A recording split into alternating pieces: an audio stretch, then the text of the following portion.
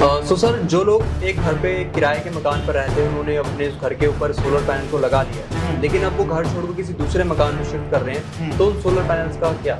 अगर सर मैं 1 किलोवाट का सोलर पैनल अपने घर पे लगाना चाहूँ तो विद इंस्टॉलेशन और इस इन्वर्टर की कॉस्ट के फिटिंग की कॉस्ट के कितने का मुझको वो पड़ेगा?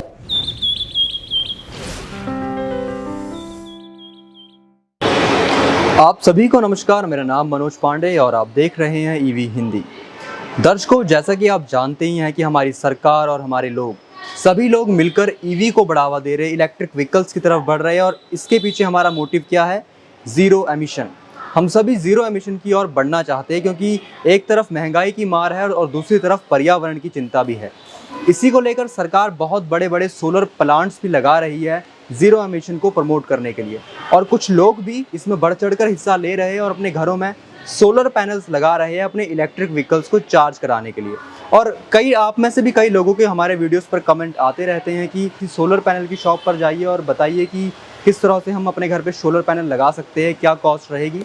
तो इसी के लिए आप सभी को वो जानकारी प्रोवाइड करने के लिए आज हम आए हैं यहाँ पर वैष्णो सोलर की शॉप पर, जहाँ हम मिलेंगे प्रकाश जी से, जो कि यहाँ के ओनर है, और ये शॉप यहाँ पर यूसुफगुड़ा हैदराबाद में मौजूद है। तो चलिए चलते हैं अंदर।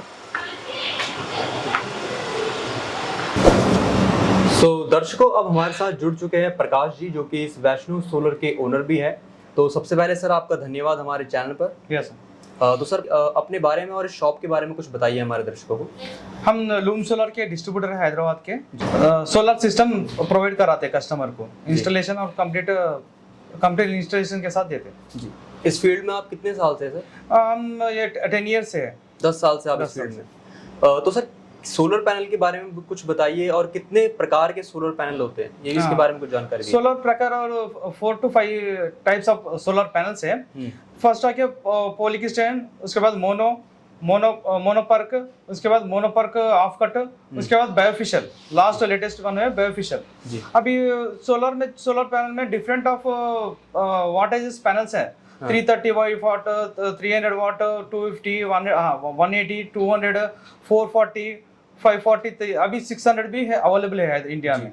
जो ज़्यादातर जो सोलर पैनल इस्तेमाल किया जाता है लोगों के घरों में सोलर पैनल लगाने के लिए, वो कौन सा सोलर पैनल होता है? वो 440 और 540 पैनल्स। 440 और 540 जी। तो इस सोलर पैनल की कॉस्ट क्या रहती है? अभी कॉस्टिंग आके आपको 440 वाला 24,000 है। जो 440 वोल्ट का सोलर पैनल है वो 24,000 का है पर पैनल है जी। 440 वॉट का जो पैनल है सर, वो कितने यूनिट्स प्रोड्यूस करता है एक दिन में? 2 यूनिट्स, 2.5 2 से 2.55 यूनिट्स। तो इसकी मेंटेनेंस किस तरह से होती है? मेंटेनेंस इसमें बिल्कुल कुछ भी नहीं रहता, ओनली वाटर। जब डस्ट ज्यादा है तो वाटर वॉश से क्लीन कर सकते हैं। अगर उससे भी ज्यादा डस्ट है तो केमिकल से भी यूज कर वाटर पैनल क्लीन कर सकते हैं। क्या रेनी सीजन में और जैसे मानसून के टाइम मॉइस्चर की वजह से क्या इसकी बोर्ड में कुछ खराबी आती है? नो, कभी भी नहीं आता जी ऐसा। और इसका सर्विस भी प्रोवाइड करते हैं आप? हाँ, सर्विस भी प्रोवाइड करते हैं। क्या क्या सर्विस में कवर करते हैं? सर्विस में जनरली अभी इसमें तो मेंटेनेंस कुछ भी प्रॉब्लम नहीं आता। अभी डीसी-डीबी, एसी-डीबी में फ्यूज गए तो अगर इन्वर्टर सही तरीके से जनरेट नहीं करे तो साइट विजिट करके प्रॉब्लम सॉल्व करते हैं जी। सो सर, इसको इंस्टॉल करने का कॉस्ट कितना रहता है?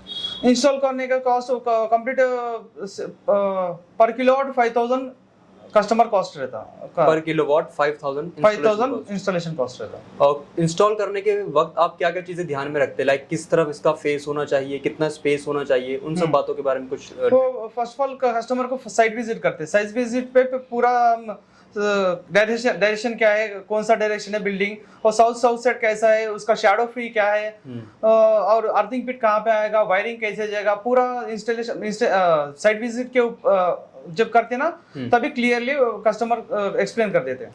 अच्छा, जो लोग किराए के मकानों में रहते हैं और जो स्टूडेंट्स या फ्लैट्स में रहते हैं एम्प्लॉइज, वो लोग किस तरह से सोलर पैनल इंस्टॉल करवा सकते हैं? उन्हें भी करा सकते हैं, अगर बिल्डिंग ओनर परमिशन दिए तो करा सकते हैं। वो भी टॉप फ्लोर पे लगा सकते हैं जी। और टॉप फ्लोर से ग्राउंड फ्लोर तक किस तरह कनेक्शन देते हैं आप सोलर पैनल का? कंप्लीट पीवीसी पाइप वायर कुछ भी नहीं दिखता बाहर, इसलिए पीवीसी पाइप डालते हैं कंप्लीट जी। तो सोलर पैनल में देखा जाता है एक ऑन ग्रिड और ऑफ ग्रिड दो तरीके से जो इलेक्ट्रिसिटी करंट दिया जाता है, इन दोनों के बारे में कुछ बताइए सर। ये ऑफ ग्रिड है कि आपको डे टाइम में जो है ना, अभी सपोज 1 किलोवाट लगा है, 1 kilowatt per day 5 unit generate करता जी। और जनरेशन करते समय डे टाइम में यूजेज भी रहता कस्टमर का। अगर 2 यूनिट्स यूजेज है तो 3 यूनिट्स ग्रिड को एक्सपोर्ट होगी जी।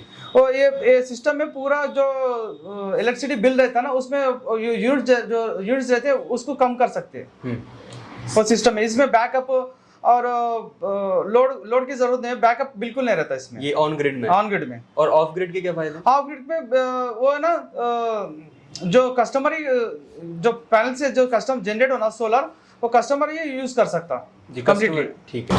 सो सर, जो लोग एक घर पे किराए के मकान पर रहते हैं, उन्होंने अपने उस घर के ऊपर सोलर पैनल को लगा लिया है, लेकिन अब वो घर छोड़कर किसी दूसरे मकान में शिफ्ट कर रहे हैं, तो उन सोलर पैनल्स का क्या? हम शिफ्टिंग भी करते हैं, शिफ्ट हो जाते हैं। हाँ, शिफ्ट भी हो जाते हैं, क्योंकि यहाँ से रिमूव करके वहाँ पे इंस्टॉल कर सकते हैं जी, वो फैसिलिटी भी देते हैं हम जी। और फिर वहां जाकर फिर से आप साइट विजिट करते हैं? हाँ, साइट विजिट करते हैं। ये शिफ्टिंग का प्रोसेस कितना बड़ा होता है और कितना लेंथी और कितना पैसा इसमें लगता है? 5000 पर किलो रहता है इसमें, शिफ्टिंग में भी 5000 पर किलो। जो शिफ्टिंग का है ना, वो मटेरियल वो कस्टमर स्कोप होता मटेरियल जी। सो सर, जो कमर्शियल यूज करते हैं सोलर पैनल का, उनको क्या बेनिफिट्स हो सकते हैं इस सोलर पैनल से? कमर्शियल में ज्यादा बेनिफिट हो सकता है, क्योंकि उनको कमर्शियल में ना, अभी रेस्टोरेंट देखिए, अभी होटल्स देखिए और मॉल्स देखिए, उनको 1 लाख और 2 लाख 3 लाख वैसा इलेक्ट्रिसिटी बिल आता, उसमें 100% तो कम नहीं कर सकते, मिनिमम 80% कम कर सकते हैं उसमें। 20% कैसे भी इलेक्ट्रिसिटी यहाँ पर तेलंगाना में जो है ना, इलेक्ट्रिसिटी 20% कैसे भी बांधना कस्टमर जी कमर्शियल में। सरकार की तरफ से क्या सब्सिडी कुछ मिल रही है सोलर? हाँ, सरकार की तरफ से सब्सिडी 1 किलोवाट टू 3 किलोवाट 40% मिल रही है, और 4 किलोवाट टू 10 किलोवाट 20% सब्सिडी मिल रहा है अभी तो। और बिल में कोई रिलीफ है सरकार की तरफ से? अगर हम सोलर पैनल इंस्टॉल करवाते हैं तो बिल आपका कम आएगा, इस तरह का कुछ? हाँ, कम तो जरूर आएगा ना, क्योंकि वो इलेक्ट्रिसिटी ऑन ग्रिड जो सिस्टम है ना, इलेक्ट्रिसिटी बिल से ही मतलब रहता है। ऑफ ग्रिड में सरकार ऐसा बिल कम नहीं आएगा? ऑफ ग्रिड का जो है ना, कस्टमर ही कर रहा, खुद का जनरेशन खुद का यूज कर रहा। अच्छा, उसमें बैटरीज भी रहेंगे, बैकअप भी रहेगा जी। और सर, जब विंटर सीजन आते हैं या रेनी सीजन या मॉनसून सीजन होता है, तो उस वक्त ये कितना कैपेसिटी, कितना एनर्जी प्रोड्यूस करते हैं, कितना इसमें इफेक्ट पड़ता है उससे? इसमें ना, अभी विंटर सीजन और रेनी सीजन में क्या होता, अभी एफिशिएंसी इसमें तो थोड़ा कम होता, बट कंप्लीट जनरेशन तो करता, बट एफिशिएंसी थोड़ा कम करता। एफिशिएंसी कितना कम हो जाता है? Depend on whether. अगर इन केस कंटिन्यू अभी रेन गिरते समय एक 5% और 10% कमी होता एफिशिएंसी। अच्छा, अगर एक कार को 40 यूनिट्स लगता है फुल चार्ज होने में, तो 40 यूनिट्स के लिए कितने किलोवाट का सोलर पैनल लगाना पड़ेगा? 40 यूनिट्स के लिए अभी तो customer uses only electric vehicle के लिए बोले तो 10 किलोवाट मिनिमम लगाना पड़ेगा।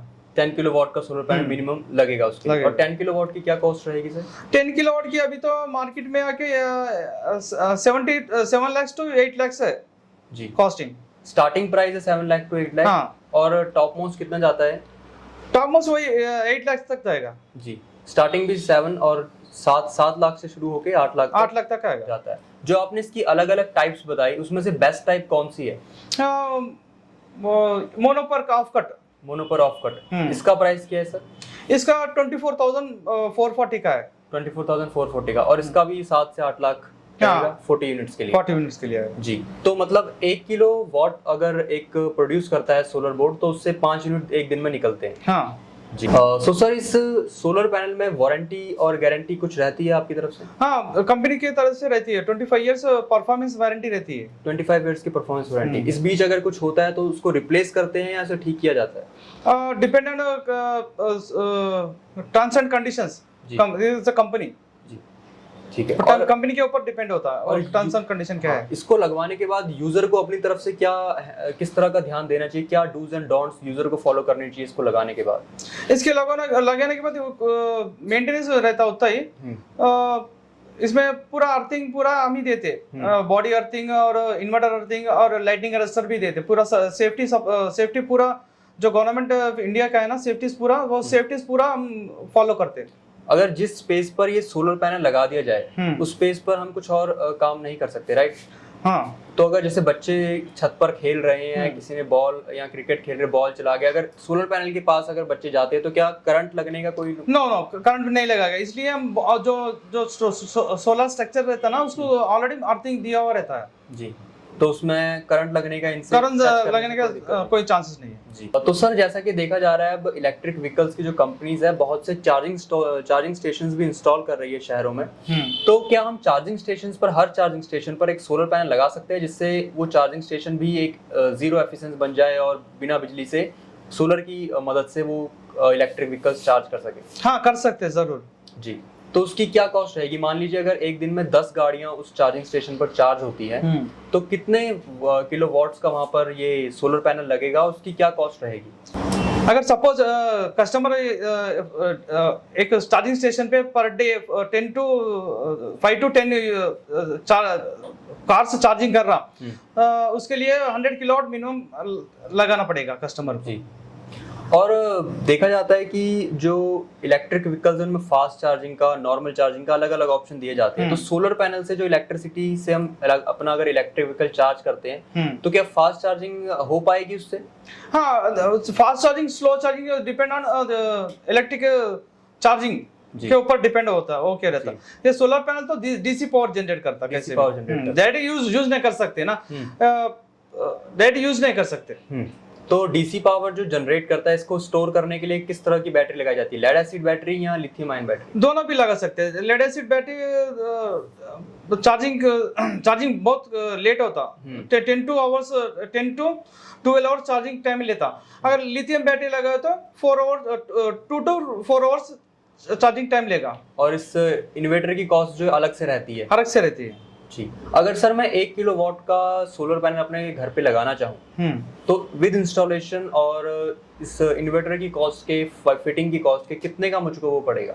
ऑन ग्रिड का ना? हाँ, ऑन ग्रिड का ओके 70,000 पर किलोवाट रहेगा। 70,000 सब कुछ मिला के इंस्टॉलेशन? हाँ, सब कुछ मिला के। और ऑफ ग्रिड का कितने का पड़ेगा सर? ऑफ ग्रिड का अभी तो लेड एसिड बैटरी के साथ अब 80,000 में दे रहे हैं जी। और लिथियम बैटरी बोले तो 1,20,000 पर किलोवाट रहेगा। 1,20,000 1 किलोवाट के लिए। और 1 किलोवाट है जो 5 यूनिट जनरेट कर देता है? 5 यूनिट पर डे जी। सो सर एट लास्ट मेरा आखिरी सवाल है आपसे कि आप कस्टमर्स को क्या कहेंगे कि अब उनको सोलर पैनल यूज करना चाहिए और उनको हमारे माध्यम से क्या कहना चाहेंगे आप? कोई सोलर को, ये सोलर सिस्टम है ना, बेटर है, ये एनवायरनमेंट फ्री है और ये लेना चाहिए सभी को जी। और कितने पैसे वो बचा सकते हैं एक साल में? एक साल में आप पर किलोवाट 1 किलोवाट एक साल में आप 80 to 90,000 सेव कर सकते हैं। तो दर्शकों, ये थे प्रकाश जी, वैष्णव सोलर के ओनर, जिन्होंने हमें सोलर पैनल के बारे में कई जानकारियां दी। तो इनसे बात करके बहुत अच्छा भी लगा और जानकारी भी मिली। तो अब आपके क्या विचार है इस पूरे सोलर पैनल को लेकर, हमारे बीच हुई बातचीत को लेकर हमें कमेंट कर जरूर बताएं। और ऐसे ही इलेक्ट्रिक व्हीकल से संबंधित सभी जानकारियों के लिए आपके अपने ईवी हिंदी को सब्सक्राइब करना ना भूलें। मिलते हैं एक नई वीडियो में एक नई जानकारी के साथ। तब तक के लिए गो ग्रीन, गो इलेक्ट्रिक।